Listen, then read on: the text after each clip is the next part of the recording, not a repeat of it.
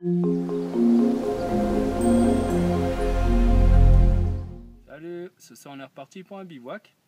On est près du petit lac de Faudon, un peu en dessous de chez moi.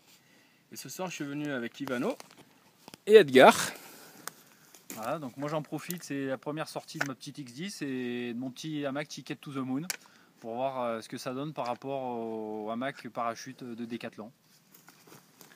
Salut à tous, comme d'hab, vous voyez je suis venu toujours avec mes 2 sacs, comme certains l'ont déjà constaté. Et puis voilà, on va passer encore une bonne soirée entre copains et on verra si on essaye des nouveautés. Voilà. Voilà, ce soir on va tous dormir en hamac, donc on est en train de chercher les arbres comme d'habitude. Voir un peu là où on va faire le feu pour le sécuriser au maximum. Et on va commencer à voir tout ça pour le montage du camp.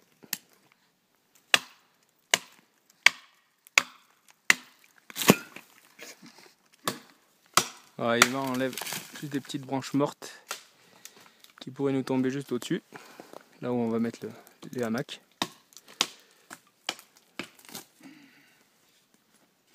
Voilà, toujours dans la recherche d'espace pour mettre le hamac. Moi je l'ai placé là. J'ai essayé, ça a l'air bien confortable. J'ai monté mon tarp. Je vais le monter. Yvan déblaye toujours son petit terrain. Et Edgar fait plein d'essais pour trouver son coin.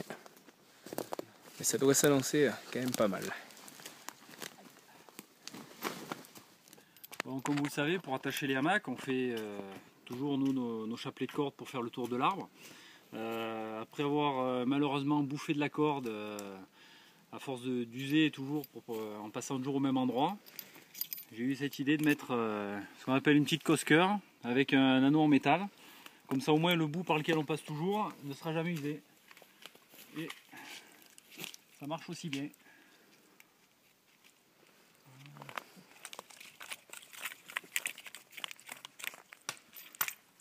Voilà. Donc là je vais monter mon tarp Ticket to the Moon. Et le problème qu'il y a, c'est qu'il est prévu assez grand. Et par rapport à l'espace qu'on met généralement entre nos arbres pour les hamacs, ça fait trop long. Moi je voudrais le mettre dans l'arbre de là-bas. Par contre du coup je ne vais pas avoir assez de ficelle qu'il y avait sur le tarp. Ça va me permettre de vous montrer le nœud d'écoute. Donc ici je viens faire une boucle sur la première corde. Avec la deuxième ficelle je passe dans la boucle. Je passe sous les 2 ficelles ici. Et je vais revenir sous la boucle de la corde que j'ai rentrée ici. Ensuite j'attrape les 2 côtés et je tire. Donc si l'explication n'était pas très claire ou un peu trop rapide, je vous invite à voir ma vidéo sur les nœuds. Je vous mettrai un lien dans la description.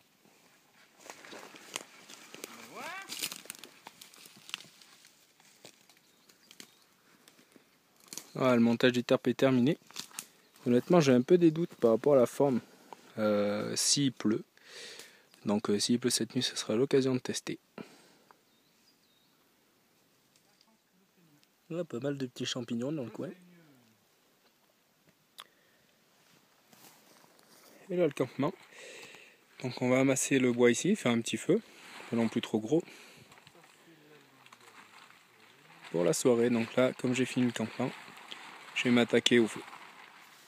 Bon les gars, comme les arbres sont un peu écartés pour accrocher le coin de la bâche, et pour éviter d'avoir à mettre une ficelle sur le passage, le moyen le plus simple pour garder quand même de la hauteur avec une bâche 100 mètres de ficelle, voilà.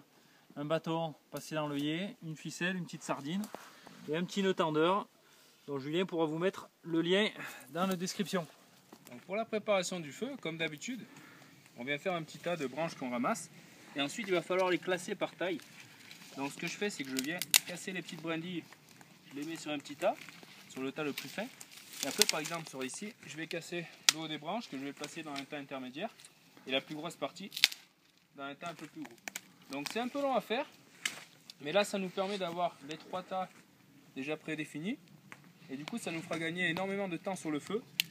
Et il est même possible de rater son feu si on ne fait pas d'abord sa préparation comme il faut. Donc c'est quelque chose qu'il ne faut pas prendre à la légère pour réussir un feu. Voilà, bon, ça va être aussi l'occasion de tester ce petit bijou là. Ça sert pas qu'à enlever la peau du saucisson, donc on va voir au cours de ce petit bivouac. Voilà. Voilà, là je suis un petit peu au-dessous du campement. Je vais essayer de voir si je peux trouver des cailloux pour sécuriser le feu. Et au passage, peut-être continuer sur le chemin de rando pour aller jusqu'à la croix Saint-Philippe, qui doit être un petit peu plus haut là-haut. Voilà, la croix Saint-Philippe est là-haut. Bon, là je suis en cours de route et ça va me permettre de vous montrer quelque chose. Donc voilà, de la bouse de vache séchée. Et c'est un très bon amadou en fait, tout simplement. Parce que les vaches mangent beaucoup d'herbes. Et que du coup ça va être sec ici. Donc ça peut se démarrer également en fire steel, donc ça doit être quand même pas mal compliqué. Mais ça fonctionne bien ici. Pour faire partir le feu ce soir, je pense qu'on se servira de ça, c'est une sorte de chardon. Et en fait là c'est un peu cotonneux, donc je ramasserai sur le chemin du retour. Pour démarrer le feu, ça prend assez facilement en fire steel. Alors, ce qu'il faut chercher aussi pour démarrer le feu au fire steel, c'est évidemment des choses très sèches. Et on peut les trouver dans les coins bien balayés par le vent. Comme c'est le cas ici par exemple. Une petite butte est formée, redescend. Donc l'herbe qui est ici, qui est en haut, qui n'a pas de protection, qui est morte aussi, ben, est forcément très sèche. Donc c'est pas forcément une réponse directe à Green Spider. Mais Green Spider, que j'apprécie d'ailleurs, a fait une vidéo sur le fire steel disant que c'était pas un objet magique pour allumer un feu. Et je suis d'accord avec lui. Par contre, c'est quand même utile si on sait s'en servir. Donc ce qu'il faut avant tout, pour que le fire steel fonctionne bien, c'est trouver le bon amadou. Donc la chose qui va nous permettre de démarrer un feu. Parce que si on frotte sur du bois plus gros, quoi, assez épais, ou même des feuilles mortes, ou quoi que ce soit sans préparation, bah, ça va être quasiment impossible ou au prix de longs efforts.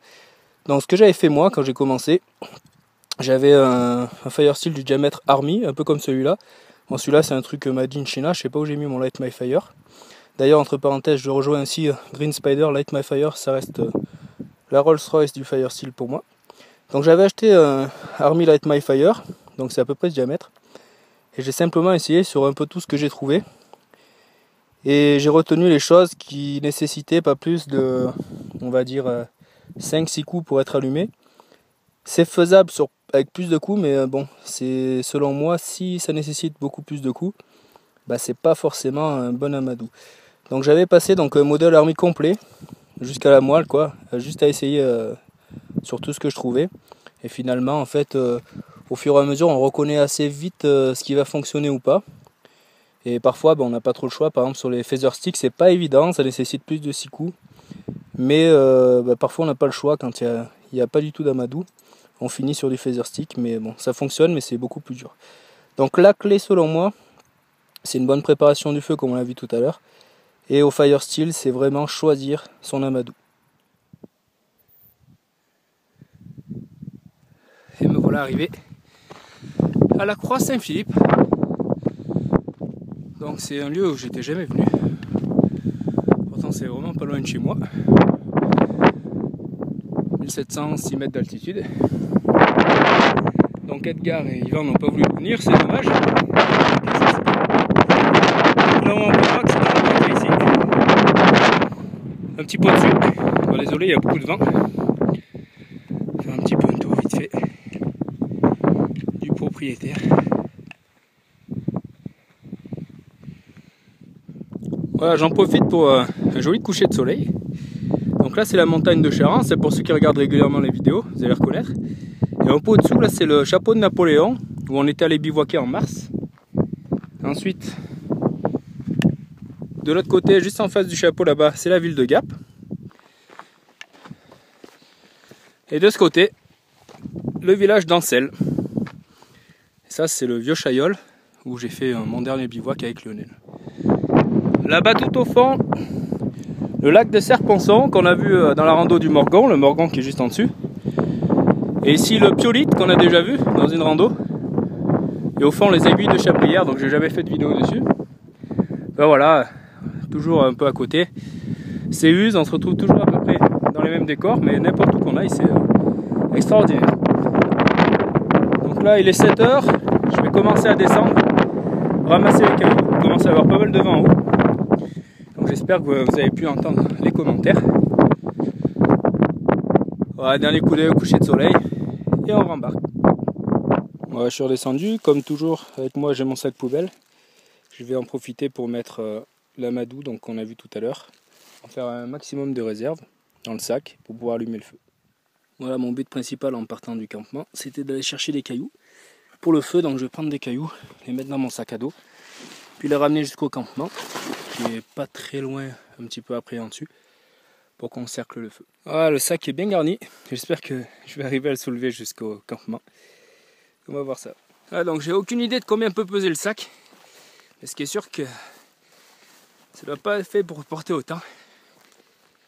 Donc j'espère qu'il va tenir le choc jusqu'au campement. Donc voilà, on se retrouve devant notre feu. Donc ça c'est ce que j'ai pris tout à l'heure. Et Yvan a eu la même idée. Donc du coup, il va venir l'écarter pour que ça fasse que ça étouffe pas. Un peu en fibre. Ensuite, une petite touffe d'herbe sèche. Donc on pourrait démarrer direct au fire steel avec ça, mais ça risque de prendre un peu mieux. Et mes petites brindilles ici, et la suite du tas là-bas. Donc ça c'est pour plus tard, pas sûr qu'on ait besoin de tout ça. Je pense pas, mais bon on verra. Et ensuite, on va allumer ici. Puis je vais superposer les couches pour que ça puisse prendre.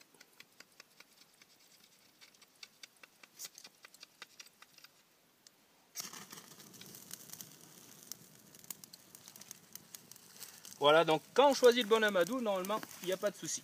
Évidemment, c'est un peu plus compliqué si c'est mouillé, mais c'est une autre histoire. Voilà, donc là on rajoute petit à petit un petit peu plus gros. Et on peut considérer que le feu va fonctionner si on peut le laisser environ 5 minutes sans s'en occuper. Donc pour l'instant, il est encore un peu jeune, donc on s'en occupe, on veille dessus. Donc quand je vous parlais du petit bijou, voilà, un petit cadeau de mon frère à essayer. Donc pour ceux qui ne le connaissent pas, c'est le Ka-Bar USMC. C'est tout simplement celui des Marines américains. Donc voilà, on voulait le tester en bivouac. Alors de premier abord déjà, bon, il tient quand même bien en main, il y a une manche en cuir rainurée. Mais déjà c'est assez lourd, même s'il est bien équilibré. Et un morceau de lame de 17 cm qui ne le rend pas forcément très maniable. Mais ça n'empêche pas de faire des petits travaux comme nos pics à saucisse habituels. Le tranchant, une fois qu'il est affûté, il coupe très bien. Voilà, donc je doute pas de la solidité pour le bâtonner ou quoi que ce soit. Même si aujourd'hui on n'a pas trop besoin puisque le bois qu'on a fait nous suffit. Voilà pour la différence de taille. Donc le manche un poil plus long, mais c'est surtout la lame qui est vraiment énorme par rapport au Bushcraft Black qu'on a vu dans une de mes vidéos. Alors ce soir au menu, Bunny Dog, puisque moi j'avais pas encore goûté, il y a qu'Edgar et Julien qui y ont eu droit. Donc petite farine, auquel pour cette fois on a un petit peu agrémenté avec des graines de sésame, et puis ce soir c'est moi qui m'y colle.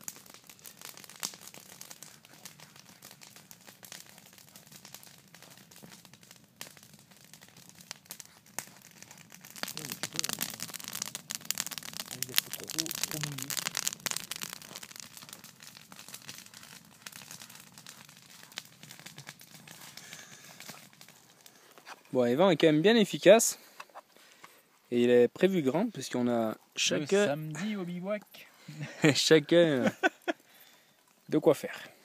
Ah,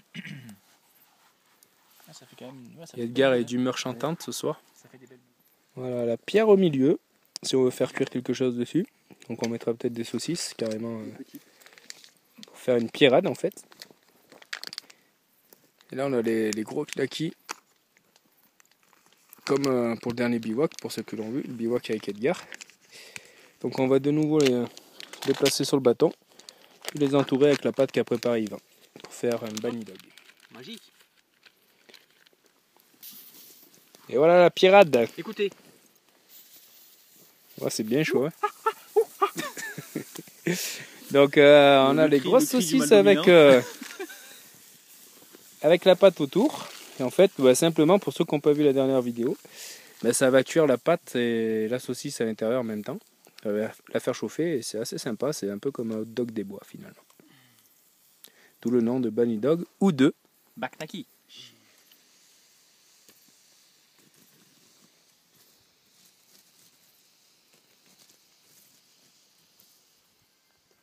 Et voilà, première partie du petit pain grillé sur pierre avec de la saucisse grillée sur pierre. Il ne reste plus que les Bunny Dogs.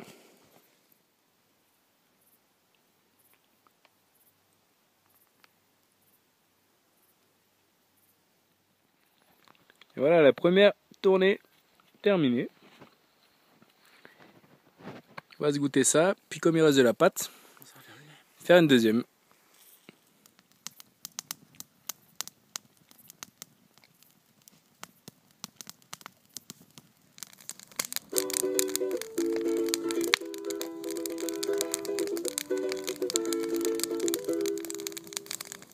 J'aime la forêt, j'aime bivouaquer. J'aime la nature, j'aime bivouaquer. Être entouré de verdure, j'aime bivouaquer. J'aime la liberté, j'aime bivouaquer. Hamac ou table, ne sais pas, mais on dormira dans les bois. Oh ça c'est sûr, mes potes et moi, même dans la neige et le froid.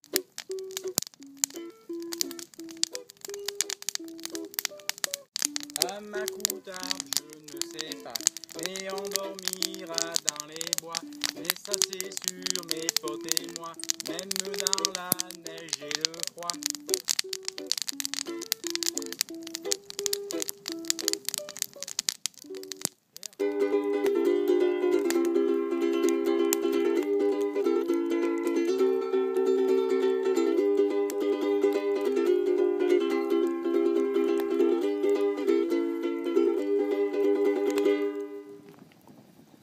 Bon, pour bien tester, on a mis une bouse sèche dans le feu, voir ce que ça donnait. Logiquement, ça devrait prendre feu. Bien que il faudrait la concasser d'abord, on peut y marcher dessus pour écarter un peu les herbes. On va voir.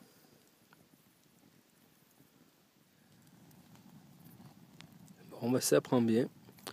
Après, de là à démarrer le feu avec, c'est une autre histoire. Mais le rajouter dans le feu, ça fonctionne.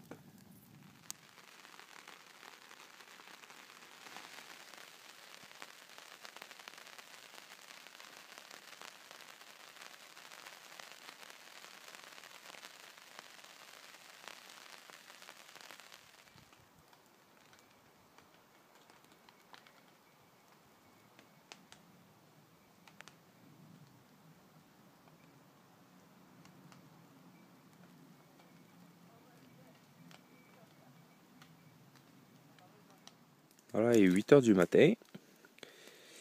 Donc il a un peu plu, la petite pluie fine nous a réveillés. Rien de catastrophique.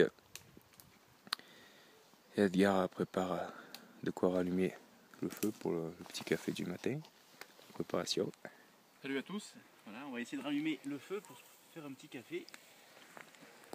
On va voir si ça fonctionne, s'il reste suffisamment de braise. Bon, a priori, ça devrait pouvoir fonctionner.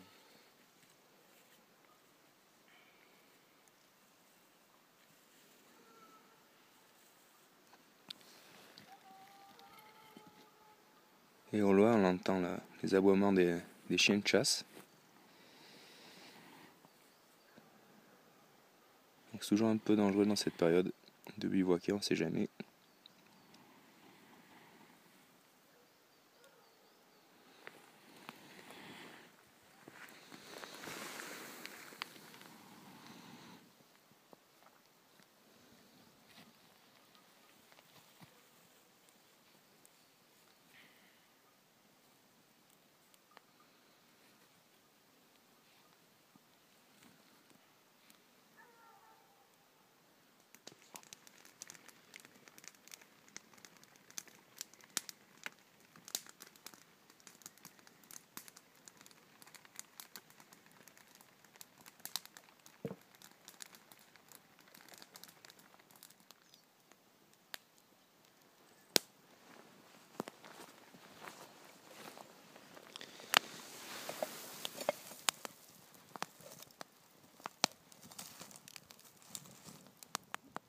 Voilà, donc il a un peu plu cette nuit, on voit qu'il y a un petit peu des gouttes.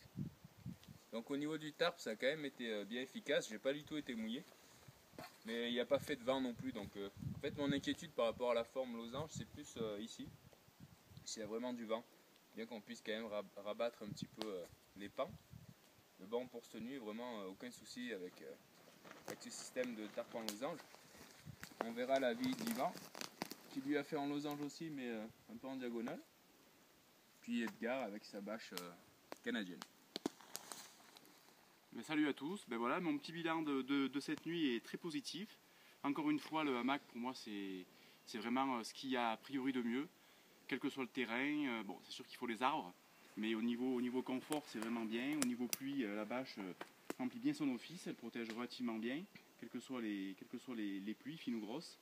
Et puis c'est vrai que pour dormir c'est très bien. Voilà. Donc, pendant la nuit, il s'est mis à flotter vers 5-6 heures. La bâche en diagonale offre une meilleure surface de protection par rapport à la canadienne. Par contre, j'avais pas pris mon tapis de sol parce que je trouvais qu'il faisait bon. Et toujours le problème du hamac, c'est que c'est confortable, mais comme le dos du sac de couchage est écrasé, j'ai eu un peu froid au dos cette nuit, du coup je me suis rhabillé. Mais bon, sinon ça a été.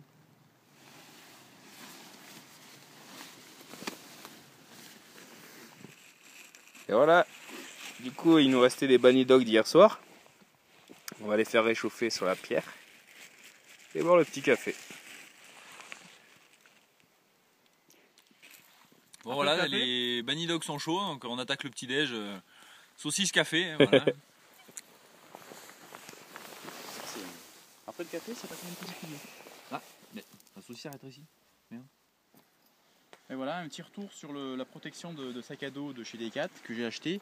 J'ai acheté une 35-50 pour mon sac, qui est un 50-60 que je remplis jamais jusqu'au bout. Donc normalement ça devrait aller. Mais compte tenu qu'il y a la bâche et pas mal de matos autour, si vous devez prendre, prenez plutôt le modèle au-dessus. Comme ça protégera beaucoup mieux l'équipement et c'est beaucoup plus facile à installer. Voilà. Voilà, le camp est quasiment démonté. On laisse un peu pendre les bâches pour que ça enlève un peu d'eau quand même. Puis on va pas tarder à redescendre. Voilà, on est sur le chemin du retour avec le petit lac au-dessous. Et en face, Edgar et Yvan qui sont en train d'arriver. Ça aurait été ramasser un peu les champignons.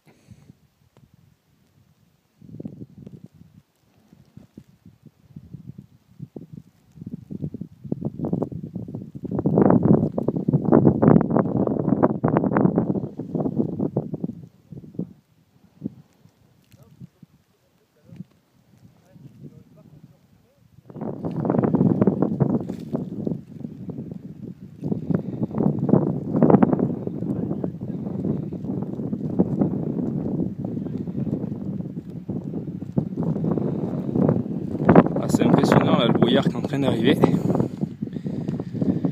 On aura peut-être pas le temps d'arriver à la voiture avant qu'il tombe une raillasse sur la gueule. En tout cas c'est joli.